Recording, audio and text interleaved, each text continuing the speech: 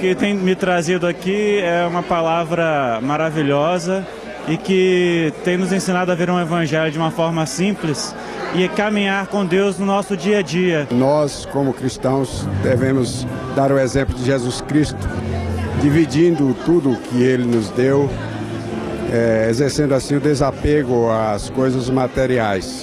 Cada noite, cada pregação dele é algo diferente.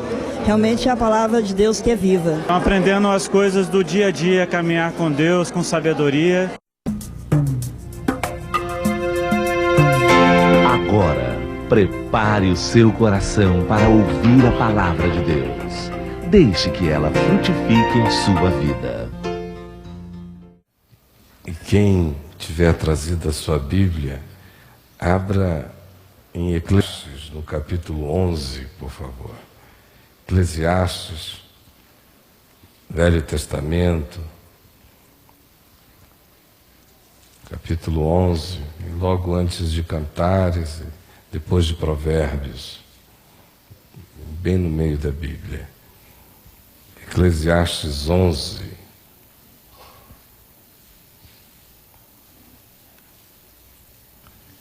E quem ler na versão que eu leio, que é a versão revista e atualizada, se quiser pode ler em voz alta comigo. Lança o teu pão sobre as águas, porque depois de muitos dias o acharás. Reparte com 7 e ainda com 8, porque não sabes que mal sobrevirá à terra. Estando as nuvens cheias, derramam aguaceiros sobre a terra, caindo a árvore para o sul ou para o norte, no lugar em que cair, aí ficará. Quem somente observa o vento, nunca semeará, e o que olha para as nuvens, nunca cegará. Assim como tu não sabes qual o caminho do vento, nem como se formam os ossos no ventre da mulher grávida, assim também não sabes as obras de Deus, que faz todas as coisas.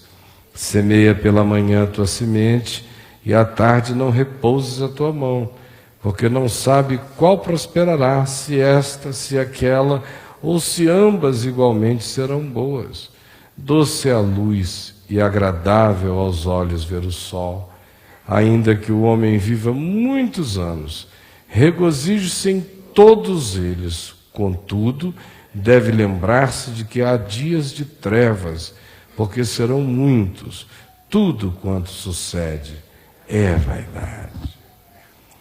Se nós quisermos olhar para este texto aqui e vê-lo apenas como uma passagem do Velho Testamento, das sabedorias atribuídas a Salomão, a gente colhe tesouros extraordinários. Mas quando você também pensa que cada uma dessas coisas aqui ditas tem tudo a ver com o Evangelho, fica mais extraordinário ainda. Porque é recomendação de Jesus que você lance o pão sobre as águas. Esse é o chamado para a vida de fé, para a confiança, para a certeza de que as coisas voltam, que os ciclos da misericórdia se concluem na vida da gente, nós somos alimentados por isso. O chamado para repartir é um chamado de Jesus. A afirmação prática sobre a factualidade das coisas, de que o aguaceiro vem e vem. O que ele derruba, derruba. Se derrubar para o norte, foi para o norte que derrubou. Se derrubar para o sul, foi para o sul que caiu. Isso aí é igualzinho Jesus. Olha, se você construir na areia, afunda. Se construir na rocha, não afunda. Vocês estão pensando que aqueles sobre os quais desabou a torre de Siloé eram mais pecadores do que os outros que não sofreram coisa nenhuma? Não se equivoquem. Foi apenas o que aconteceu. Porque se não vos arrependerdes, todos igualmente perecereis. E eu poderia sair multiplicando exemplos para reforçar só essa percepção. Como, por exemplo, se você vai lutar contra 20 mil e você só tem 10 mil, disse Jesus, avalie para ver se com o contingente que você tem, você chega lá. Há coisas que são muito simples, muito claras, e em Jesus o que superabunda é bom senso e um realismo enorme. Lida com as coisas como as coisas são. É por isso que ele as transforma. E aí ele diz, olha, quem fica olhando só para o vento, vai adiar o tempo todo a hora de começar as coisas. Ou quem fica sempre na expectativa da chuvarada, não vai plantar coisa nenhuma. E é uma recomendação de Jesus que você caminhe contra o vento, tenha bom ânimo, porque ele venceu o mundo. Esse é o chamado. E o texto prossegue e coloca tudo sob o mistério. Você não sabe qual é o caminho de Deus, assim como você não sabe o caminho do vento. Nós estamos no século XXI, onde a gente se jacta de conhecer as circunvalações dos ventos, as correntes e todas essas coisas. A gente só as conhece quando está tudo bem. Quando elas estão assim funcionando, sabe, ao ritmo de bar, está tudo bem. Mas quando dá doida nelas e elas têm vontade própria, estranha, aí a gente não sabe de mais nada. E nem como são feitos e constituídos os elementos essenciais do ser, como os ossos do ventre da mulher. Você pode até passar um ultrassom e ver que está havendo malformação. Agora, pode até fazer uma explicação que chegue a uma conclusão assim, quase interessante sobre a razão da malformação. Mas agora que a gente começou a abrir o gene, a gente não sabe ainda nada, a gente ainda está desatando assim, o envelopezinho para entender um dia um pouco mais de onde é que essas coisas se originam, como é que elas aparecem. E isso aqui ilustra o fato de que a gente não sabe qual é o caminho de Deus. E quanto mais os anos passam, mais eu tenho certeza disso. De que eu não sei, olha só, eu estou aqui. Olhem para mim. Oi. Pelo amor de Deus, se eu fosse contar para vocês a historinha só dos últimos 7 anos até chegar aqui, é impensável. Tudo que está acontecendo é impensável. Como é impensável hoje à noite para o presidente Lula o que está acontecendo lá com ele, com a tropa dele. É impensável para o Genuíno, que deve estar numa depressão terrível. Impensável. É impensável para o pessoal que estava tirando aquele jazz maravilhoso lá em New Orleans, há 2 semanas atrás, que a cidade hoje já era. A gente não sabe. Deus é mistério, por isso o justo vive pela fé. Porque se houvesse qualquer outro caminho, não seria pela fé. É pela fé, porque o caminho é andando no mistério. É como Abraão, que saiu sem saber para onde ia. Nenhum de nós está sabendo para onde vai. Pobre daquele que diz para si mesmo, eu sei como serão os meus dias. Cada dia tem que ser vivido como um dia chamado hoje. Cada passo é um passo de fé. Cada encontro é processado na fé. E toda experiência serve apenas para você resistir o outro dia. Para vencê-lo, para sobrepujá-lo, para perseverar. Até crescer em tanta esperança que você se regozija todos os dias, até nos maus, porque serão muitos. Agora eu estou dizendo isso, você diz, poxa, cheguei aqui para ouvir essa, meu Deus, depois de uma vitória de 5-0, podia estar uma coisa melhor para o meu lado. Eu estou dizendo isso porque a leitura do Eclesiastes, quando a gente começa a perceber que cada coisinha dito ali faz sentido com o espírito do Evangelho, com o que ensina, isso cresce para nós. E olha as recomendações simples, que se a gente puser em prática, se não for um manual, mas for uma consciência, se transformar em alguma coisa aprendida, guardada, que se torna intrínseca, que não está num compartimentozinho da gente assim, numa gavetinha, que você vai lá e abre e diz assim, eu tenho esta informação. A maioria de nós vive assim, com gavetinhas, né? E cristão, se for evangélico, ainda tem mais gavetinha ainda, porque tudo é como isso, como não ser isto, como conseguir aquilo, são manuais e mais manuais, e mais manuais, e tudo está manualizado, assim, escrito, para o cara aí, ele vai andando conforme o manual, e vai lá caminhando, achando que sabe que está indo para algum lugar.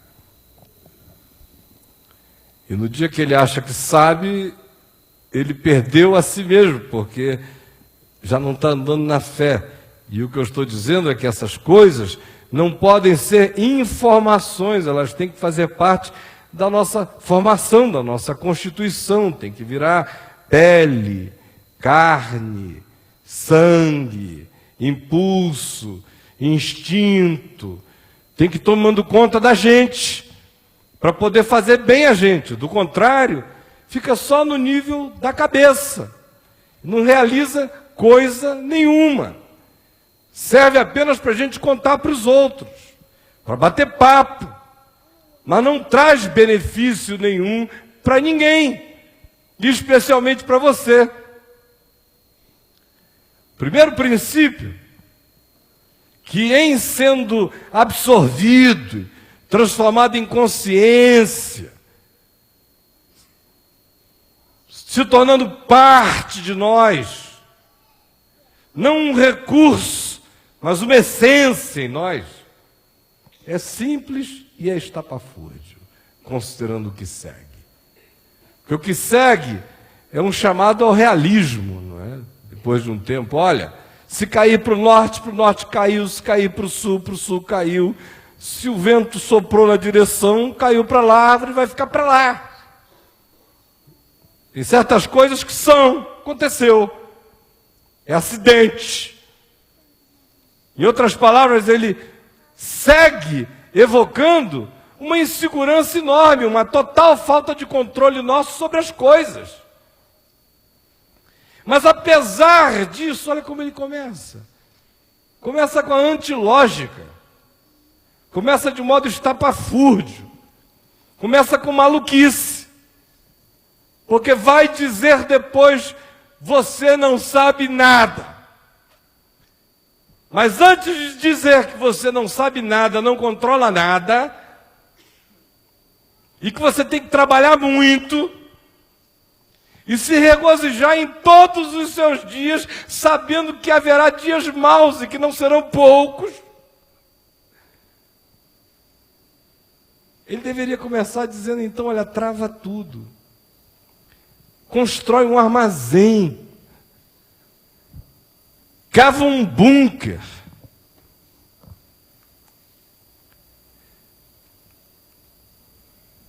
Realiza uma represa e guarda o que você puder. Não se exponha, não se queime, não ponha a cara para fora. Exerça a sua autopreservação ao extremo. Porque você não sabe de nada. Então, cara, se você está aqui, o que você pega é o que vale. Segura! Mas contra essa lógica, que é a lógica militar, que é a lógica do estado de sítio, que é a lógica da cidade sitiada, que é a lógica de José para Faraó no Egito, que é a lógica normal do dia a dia, do business as usual. Contra essa lógica vem esse absurdo. Lança o teu pão sobre as águas. Imagina só. O cara não sabe de nada, não tem ideia de coisa nenhuma. Tudo que está diante dele é risco. As certezas que ele tem são só de que dias maus haverá. E a certeza de que não pode ter certeza nenhuma. Porque existem forças devastadoras que podem soprar para lá ou para cá. E que por isso ele tem mais é que trabalhar mesmo. Jogar uma semente de manhã e plantar outra tarde. Porque ele não sabe qual das duas pegará. E bom será se as duas pegarem. Mas contra isso tudo se diz: lança o teu pão sobre as águas. Imagina se eu botar com o meu pão aqui. Esse pão aqui é uma delícia. É uma maravilha. Dos mais gostosos. Pegar o seu pão, que está aqui na sua mão, e jogar nas águas. Vai lá, joga o pão nas águas. É muito maluco isso aqui. Jogar pão na água para quê, meu Deus? Para alimentar o rio, minha gente. Que é para dar comida aos peixes, minha gente. Que é para os peixes colocarem milhões de ovinhos, minha gente, de ovadas. Que é para nascerem muitos peixinhos, minha gente. Que é para o rio ficar povoadíssimo, minha gente. E a gente pescar muitos peixes em troca desse pão. Volta. E o que Jesus está ensinando, no espírito dessa sabedoria do livro de Eclesiastes, que é o mesmo espírito do Evangelho, é que a gente tem que fazer simbiose com a vida.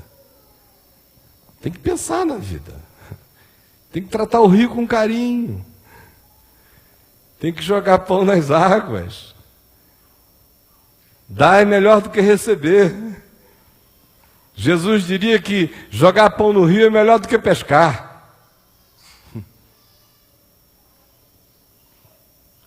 Mas você tem que ter uma relação de afeto com a vida. Aí você lança no rio, dá de comer às águas. E as águas voltam com piracimas de peixes sobre a vida da gente. Depois de muitos dias tu acharás, investimento para quem não está com pressa. Quem realmente quer pensar no futuro, joga pão nas águas hoje. Isso parece que é uma coisa teórica, não é? Eu podia passar a noite inteira contando histórias para vocês de pães que eu joguei nas águas e esqueci. E que depois de muitos dias me voltaram e me acharam. Muitos pães. Você está jogando aqui, não sabe, um dia volta. Como um cara que uma vez me socorreu num trambique que eu levei em 1985, de um irmão atabalhoado. Como existem irmãos atabalhoados. Em 85, ele conseguiu me dar uma trambicada que eu olhei e falei, vou ter que vender a minha casa para pagar essa dívida por causa da loucura desse cara. E aí chegou um irmão de São Paulo, e que me ouvia pregar de vez em quando em alguns lugares, me viu muito aflito, perguntou o que estava acontecendo. Eu falei, ele falou, não, deixa comigo. Aí pegou, liquidou aquilo tudo, ajeitou, levou o negócio para São Paulo, proliferou, eram vídeos e fitas de mensagens, milhares, milhões pelo Brasil afora, anos. E aí um dia, e esse não era o business dele, ele tinha outras coisas muito maiores, estava ali fazendo um favor.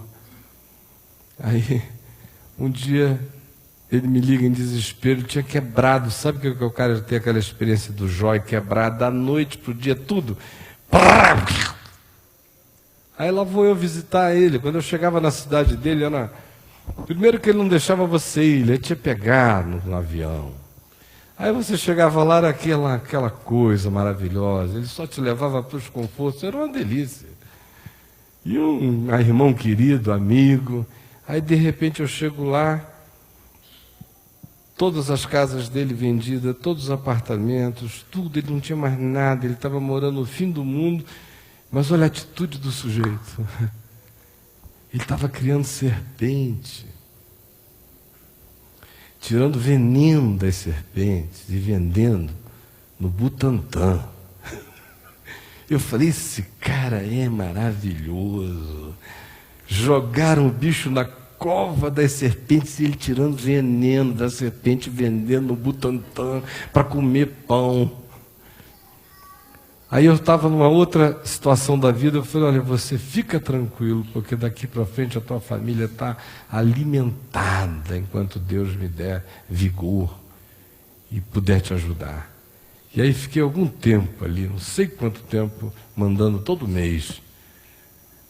Aí depois de uns 2 anos, talvez, eu não sei, ele me ligou dizendo, não precisa mandar mais nada não, porque eu estou de pé de novo. Aí passa um tempo todo, cai um terremoto na minha cabeça, eu saio ralado, igual aquela moto do Havaí, acerca da qual falei na semana passada. Aí do nada, justamente numa hora em que o Rômulo acompanhou bastante de perto, em que todos os meus meios estavam se esvaindo, eu recebo um telefonema.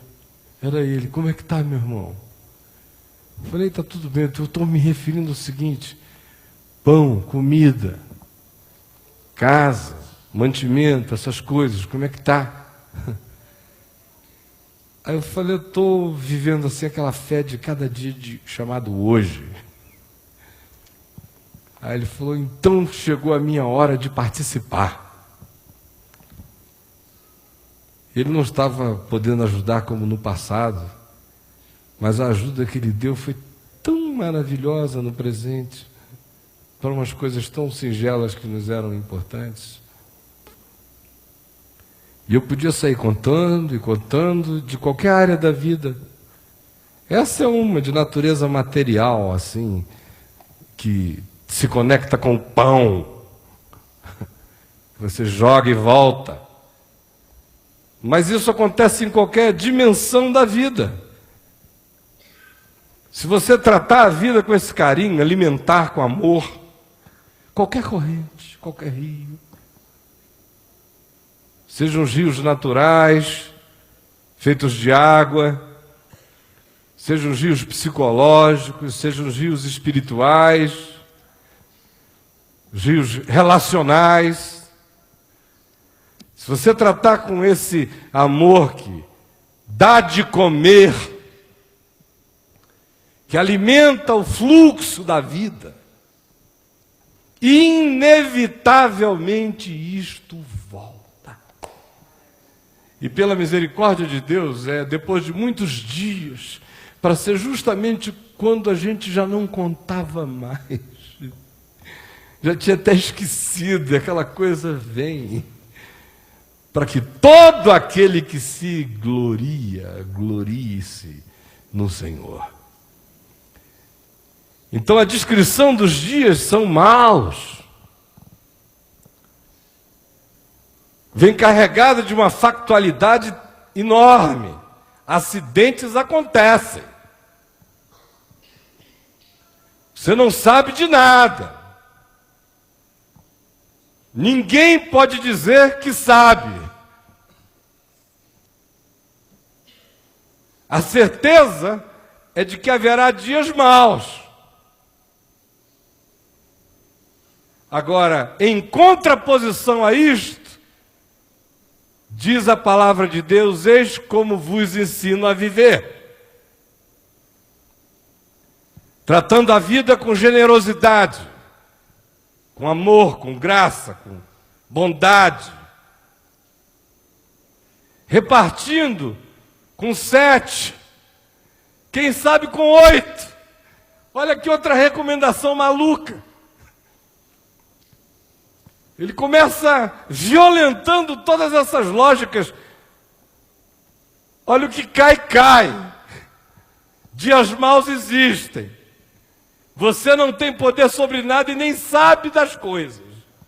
Por isto, reparta. É uma maluquice. Reparta com 7 ou ainda com 8. Porque essa é a melhor maneira de você poder enfrentar a realidade da vida. Reparta com 7 ou ainda com 8, porque não sabes que mal sobrevirá à terra. Que coisa extraordinária, parece um seguro de vida. Reparta com 7 ou ainda com 8, porque não sabes que mal sobrevirá à terra. A lógica do mercado é: como tu não sabes que mal sobrevirá à terra, não repartas com ninguém. A lógica do espírito é todavia outra. É porque tu não sabes que mal sobrevirá à terra, fica sabendo que os misericordiosos alcançarão misericórdia. Então reparte com 7 ainda com 8.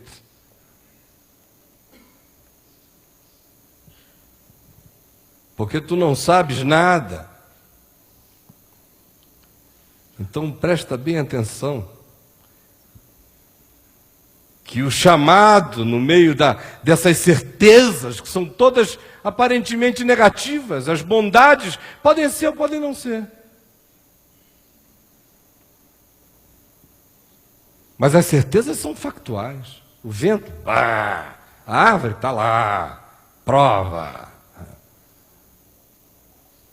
O resto tu não sabes, tu sabes? Quem acha que sabe já se perdeu. O esperto sabe que não sabe. Agora, no meio dessas certezas que chegam ao ponto de carregar a força de afirmar que haverá dias maus e serão muitos, disso a gente pode saber, brotam essas coisas aparentemente antitéticas. E aí vem um estímulo, de repente. Assim como tu não sabes nada sobre o vento, que essas coisas são todas obras de Deus que estão nas mãos dele, porque tu não sabes, semeia. Não é uma coisa maravilhosa? Porque tu não sabes, reparte. Porque tu não sabes, joga sobre os rios. Agora, pela mesma razão de tu não saberes, semeia.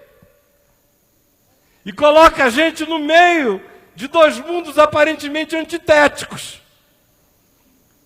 Porque ou a gente escolhe esse das garantias, semeia, não reparte, guarda, não joga nenhuma migalha no rio, tu não sabes.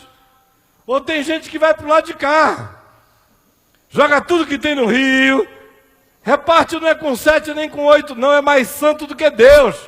8.000, manda mais que está faltando, eu quero ficar sem nada. Aí vem o pessoal do lado de cá, exagero do lado de cá, bota para lá, joga no rio, reparte, abre a missão, bota teu filho para dormir embaixo da cama.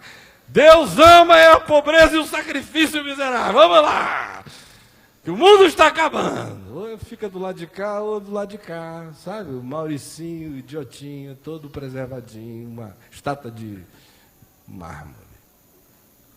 Um deusinho grego, mas está lá parado e não tem vida. A sabedoria do Espírito do Evangelho coloca você entre esses dois mundos, reúne esses paradoxos, diz: olha, a vida é como a vida é, E a única maneira de viver é equilibrando aqui. Mas a prioridade começa com a generosidade para com a vida e para com o próximo. A vida é o pão do rio. O próximo é aquele com quem eu reparto. Eu tanto trato a vida como o meu próximo com graça e com generosidade. Porque eu sei que as únicas coisas que eu sei é que os dias serão maus, serão difíceis, que eu não tenho controle sobre as forças dessa existência, que existem casuísmos inegáveis, e que o meu desconhecimento acerca dos fenômenos, do conjunto deles e do que eles produzem para mim é total. Mas apesar disso, eu semeio com generosidade, com a vida e o próximo, e do lado de cá eu faço a minha parte. Com um braço, você está repartindo e dando, e jogando, e investindo, e com o outro, você está semeando e agindo com todo o bom senso e com todo o realismo. Semeia pela manhã tua semente, à tarde não repousa a tua mão, porque não sabes qual prosperará, se esta ou se aquela, ou se Deus for cheio de graciosidade, quem sabe ambas serão boas, mas tu não sabes. Aí no meio disso tudo, olha só, para que a gente terminar. Ele vem e diz o seguinte: doce é a luz e agradável aos olhos ver o sol. E eu acho essas coisas maravilhosas. A vida tem essa gravidade, tem que ser tratada com generosidade e com bom senso. Agora, nem só de generosidades e bom senso são feitas as coisas da presente existência. A gente tem uma alma, tem coisas para a gente ver, tem coisas para a gente saborear, tem coisas para a gente degustar. No meio disso tudo, no meio dos fatos que são esmagadores, dos dias maus certos que virão, quando vierem, nós vamos tratar deles conforme Jesus ensinou. Basta a cada dia o seu próprio mal. E em qualquer dia, nós vamos nos regozijar no Deus da nossa salvação. É uma consciência maior que nos habita. Agora, no meio disso tudo, você existe também. E é doce a luz. E agradável aos olhos é ver o sol. Depois de um discurso filosófico desse, que tira o chão dos pés da gente, diz que a gente não tem controle sobre coisa nenhuma, garante dias escuros adiante.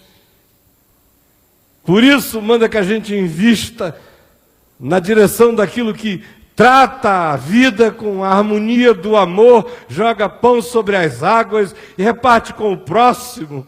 De um outro lado, manda semear, e semear de tarde, e semear pela manhã, e semear o que puder, e não ficar impressionado com os ventos, nem com a chuva. É para encarar a circunstância e fazer. Quem fica só observando o vento nunca vai ceifar, e aquele que diz vai chover amanhã, não planta nada hoje. Portanto, ele diz, vive o dia chamado hoje, porque tu não sabes. Pode ser que um vento bata, leve esse vento, essa nuvem daí. Faz o que te concerne agora. Hoje é o dia.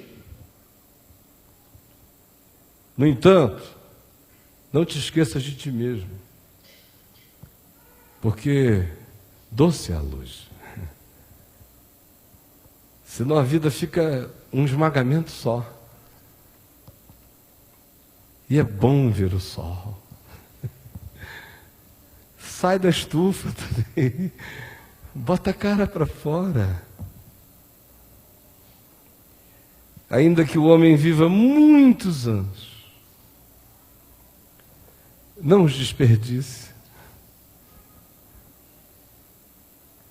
Ontem a Adriana e eu estávamos conversando sobre essa coisa de desperdiçar o convívio com gente que a gente ama no caminho, enquanto a gente está aqui no caminho, andando com eles, a vida. E como a gente perde a chance, às vezes, de dizer para as pessoas o que a gente sente por elas. Às vezes até para dizer a dor que a gente tem em relação a elas.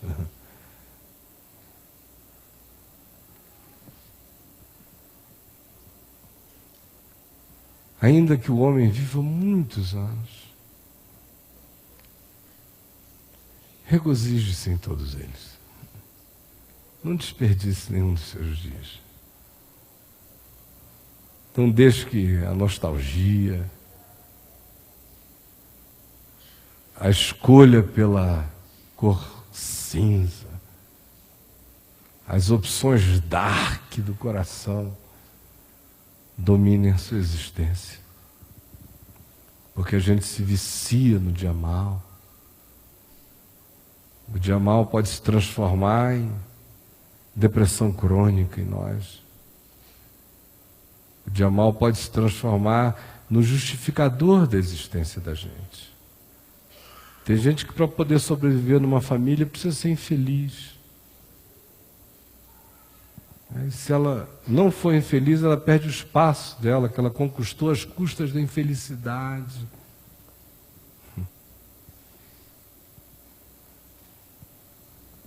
Se um homem viver muitos anos,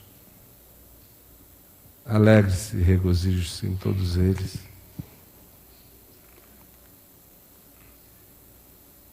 Por uma razão muito simples.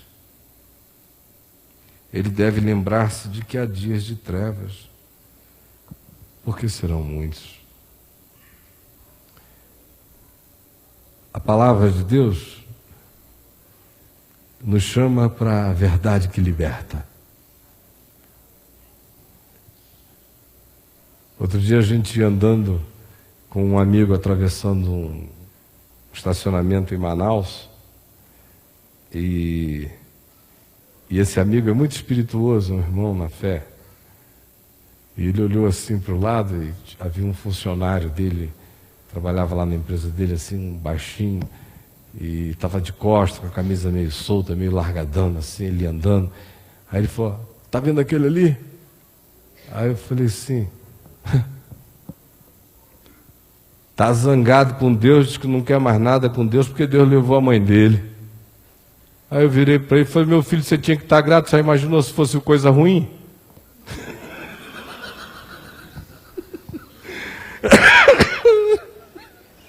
Tá zangado. Foi Deus? Deus que levou? Deus? Mas Deus mesmo? Deus levou tua mãe? Pô, fica feliz. Já imaginou se fosse o diabo, o cara que tivesse levado a tua mãe?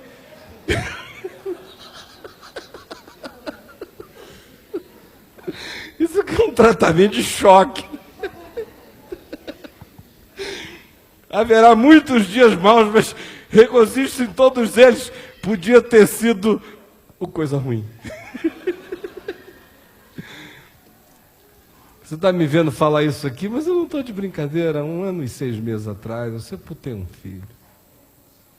E eu estou pregando isso aqui para você, não é porque eu tenho essa informação eu tenho até desacordado. É porque eu creio nela, está em mim. Senão eu tinha morrido há muito tempo. Jogado a toalha lá atrás. Tem dias maus. Regozije-se em todos eles. Jesus disse que a gente aprende a se regozijar em todas as coisas. E Paulo diz que a gente aprende a se gloriar até nas tribulações, que geram um produto maravilhoso como uma esperança imorredora em nós. Então hoje, eu não sei qual é o tamanho da sua vida, nem o conjunto de coisas que você chama de a minha vida. Cada um chama um certo conjunto de coisas a minha vida. A sua vida é um mundo à parte, é seu. Tem conexões com o meu, mas é seu. Eu não sei como é que você está vivendo aí dentro. O chamado da palavra de Deus é para essa sabedoria. Não romantize o mundo. O mundo não é romântico. Jesus pediu que nele nós fôssemos livrados do mal, orando ao Pai. E disse com toda certeza que no mundo a gente tem aflições, mas é para ter bom ânimo, porque Ele venceu o mundo. Aí eu olho para Ele ressuscitado de entre os mortos e me encho de ânimo, de bom ânimo. E não preciso me evadir da realidade. A casa da gente pode cair, traça pode dar no teu telhado, morcego pode fazer ninho no teu forro, meu irmão. Você está pensando que o abieiro da tua casa não vai ser mordido por morcego nenhum. Agradeça que você tem um abieiro em casa. A vida é como ela é. Agora, eu não posso me deixar paralisar pelo realismo que me torna um ser egoísta, gelado, contido, poupado, abraçado, encastelado e autoprotegido. Esse está escravo da sua própria insegurança. Ele não perde nada porque se perdeu com o que pensa que guardou. E nem esses idiotas que andam só por aí, polianas moças. O bonito de poder jogar o pão sobre as águas e repartir é porque não é um otário que está fazendo isso. Não um idiotinho que está fazendo uma barganhinha com Deus. Oh Deus, vou jogar meu pão, mas me dá uma padaria, tá bom? Senhor, vou repartir com ele, com 7, com 8, mas eu espero que o Senhor pegue de 4.000 e me dê, tá bom? Isso aí é palhaçada.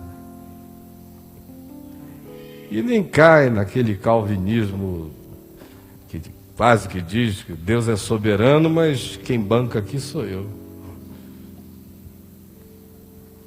Porém trabalha, semeia, investe, dá tudo de si. E uma coisa equilibra a outra. Enquanto isso, olha a luz. Prove o que é doce. E regozije-se.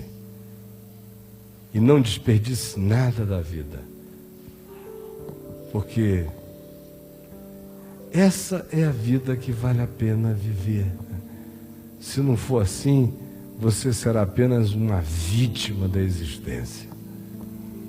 E Jesus disse: eu vim para que eles tenham vida e a tenham em abundância. Esta é a palavra da vida. Vamos ficar em pé, vamos orar.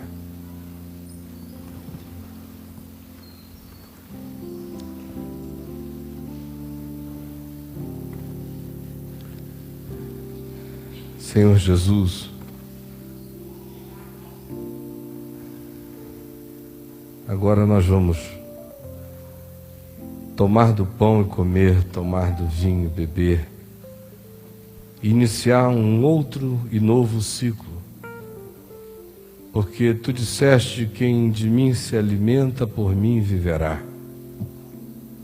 E nós queremos nos alimentar da palavra da vida, da palavra que é Espírito, que produz fé, que carrega em si a confissão do senhorio de Jesus em nós, e produz confiança, e gera pacificação do coração em Deus, e produz generosidade, e também cria energias para trabalhar, para agir, para produzir, para realizar.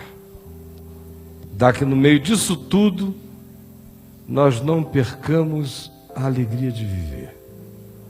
Não deixa que a vida para nós seja só missão e de um outro lado seja só execução. Por favor, ajuda-nos a vivermos o equilíbrio, vendo a luz que é doce, gostando do lado de fora, do sol, gostando do que a gente come, do que a gente bebe, gostando de quem a gente beija, de quem a gente abraça. Ajuda-nos a termos um lugar gostoso em nós mesmos para a vida. Por isso, dá-nos também a alegria. Derrama sobre nós o espírito do regozijo, que é fruto do poder da ressurreição em nós. Por isso o Espírito Santo gera o poder da ressurreição em nós, para que nós nos regozijemos, para que haja essa usina de vida e de esperança em nós.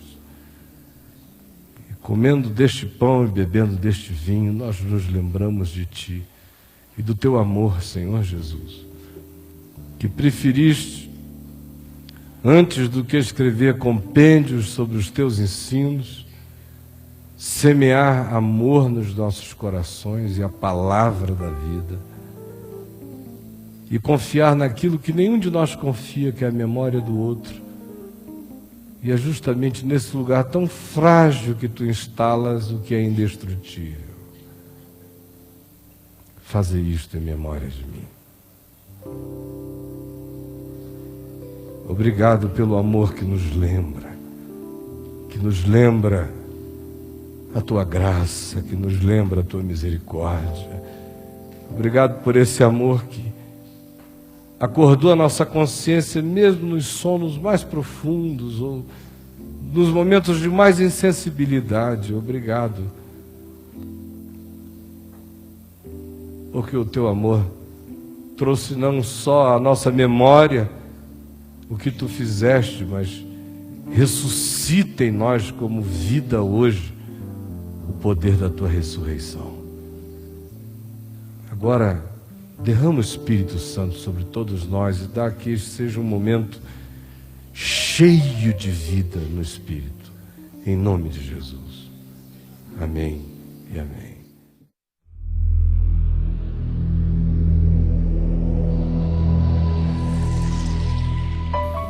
E na noite em que o Senhor Jesus foi traído, Ele tomou o pão e, tendo-o partido, Ele deu aos seus discípulos, dizendo-lhes: este é o meu corpo que será entregue por amor de vós. Todas as vezes que comerdes este pão, fazei isto em memória de mim.